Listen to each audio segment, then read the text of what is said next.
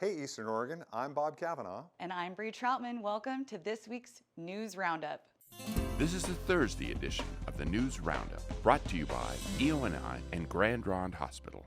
This week, Brent heard more from the Center for Human Development about the MAT program.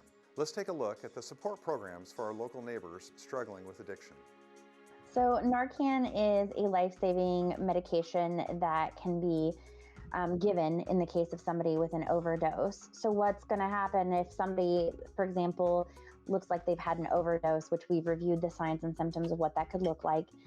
You can take out your Narcan and give them the Narcan through the nose. We have a little how-to slip as well of how to do that. And that's going to basically put them into a withdrawal state, which is going to get that coming out, for the lack of professional term. And you're going to want to call 911 immediately because somebody can actually go back into overdose. It could take several doses of Narcan to help somebody. So that's something we want to make sure that we're providing that information, that you still want to call 911. CHD is going to be doing a Narcan giveaway event. It's free. You don't have to pay for it. You literally get to come through to CHD, and it's going to be in the parking lot, and it's going to be completely COVID compliant. So it's set up to do a drive-through where you come through, you get your Narcan kit. We're doing free t-shirt. Who doesn't love a free t-shirt? Right. And, information as we can give that to you. And if you have questions, we're more than happy to answer those at that time as well. Catch the full interview right here on EOAlive TV. Make sure to tune in next Tuesday at 1:30 p.m. to hear an update from the CHD about local COVID-19 information. Now let's hear from Doddsy with our local sports roundup for the week. Thanks, guys. This week's been action-packed. I mean, we had LHS baseball, EOU basketball finished up this last weekend. We had softball this week. It was senior day for the Grande teams. We're getting ready to transition right into basketball and wrestling at the high school level. On my show this week, on Monday, I had Riley Gregg and Riley Miller on, both seniors, LHS baseball. Check out a little clip of that. What are you going to do after sports, like after school, after high school? What are you going to do? Next year, I'll be at Clark College over in Vancouver playing ball. For the Northwest All-Stars? It won't be the Northwest All-Stars then, but it'll be Clark. That's what are they going to actually have a baseball team? Yeah, this year, since their season, got shut down, they had to go under that name. But yeah, were you recruited by any other schools? Yeah, EOU gave me an opportunity to go play next year, and then I had a scholarship down at ACU in Phoenix. And that's Arizona Christian? Yeah. And then a couple other JUCOs like Big Bend and BMCC. And then I talked to LCSC and like a couple colleges on the East Coast. But I decided the JUCO route was the best route for me. Thanks, Eastern Oregon. Back to you, Bob and Bree. Thanks, Doddsy. Catch the EOAlive Sports Show with Doddsy every Monday, Wednesday, and Friday at 5:30 p.m. or listen to our EOAlive Sports podcast on Spotify. Senator Bill Hansell, who represents Union County Senate District 29, recently introduced a special criminal justice reform bill after a student in Athena was a victim of a crime. Here's a special explanation about SB 649, also known as Bailey's Bill, from Senator Hansell himself. Thank you, Chair Przanski, Vice Chair Thatcher, and committee members. For the record, my name is Bill Hansell, State Senator for District 29. I live in the small rural community of Athena, where 6 generations of Hansells have lived and worked, including my family of 6 children, which includes 1 son and 5 daughters. I am the chief sponsor of Senate Bill 649, along with Senator Taylor. Because of what happened to one of the Athena high school girls, Senate Bill 649 will close a loophole in the Oregon statutes so that other daughters and their families will not have to endure what Bailey Monk and her family have had to go through. I am calling this Bailey's Bill in honor of this remarkable young lady who is now a high school senior and who has asked to testify later in the hearing. Bailey was sexually molested by one of her high school teachers who at trial pled guilty. As the case unfolded and went to trial, I was contacted by a retired coach and teacher. about a loophole in the Oregon law. For the same offense that Bailey endured, had the teacher been a coach, it was a felony. But for a teacher, a misdemeanor. Same offense, but different sanctions. I am not a lawyer, and you will later hear from Umatilla County District Attorney Dan Premis on the details of this case. But had this teacher, who helped with the volleyball team and was the scorekeeper, been a coach, this offense would have been a felony.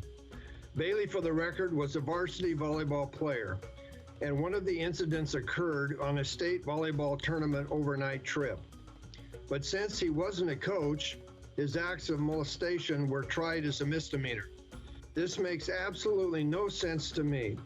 And Senate Bill 649 makes the same criminal behavior of either a coach or a teacher the same, namely a felony. We all refer to individuals like Bailey as student athletes. A student is under the authority and influence of a teacher, and an athlete under the authority and influence of a coach. We as a state need to be consistent in protecting our vulnerable high school girls and boys with consistent sanctions, be the perpetrator a coach or a teacher. It is a simple fix, and I urge you to pass Senate Bill 649 to the floor with a do pass recommendation. Thank you, and I'll be happy to answer any questions. Special thanks to Senator Hansell for bringing a constituent's concern to the legislature. SB 649 is currently sitting in the House Judiciary Committee awaiting a hearing. To learn more about this bill, contact Senator Bill Hansell at the number below. This week on AM on EOAlive, Brent and Doddsy interviewed LeGrande's Economic Development Director, Christine Jarski.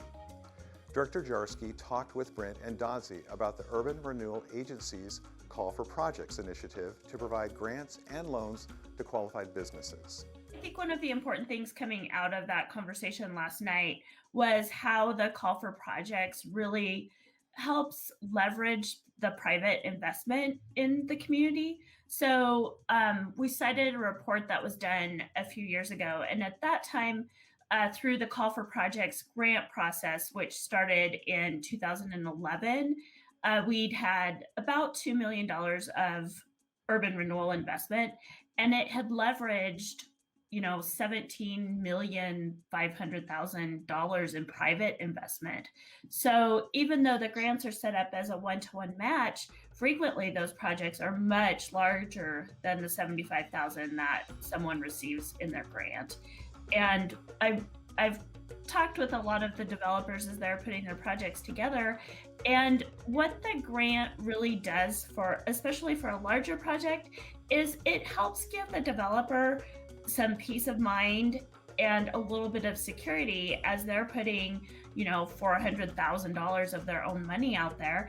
And it also provides that security for the bank and helps them, if they're taking out a construction loan, helps them secure that financial assistance that they get through traditional lenders. So the Call for Projects really is a very important tool that we have for economic development.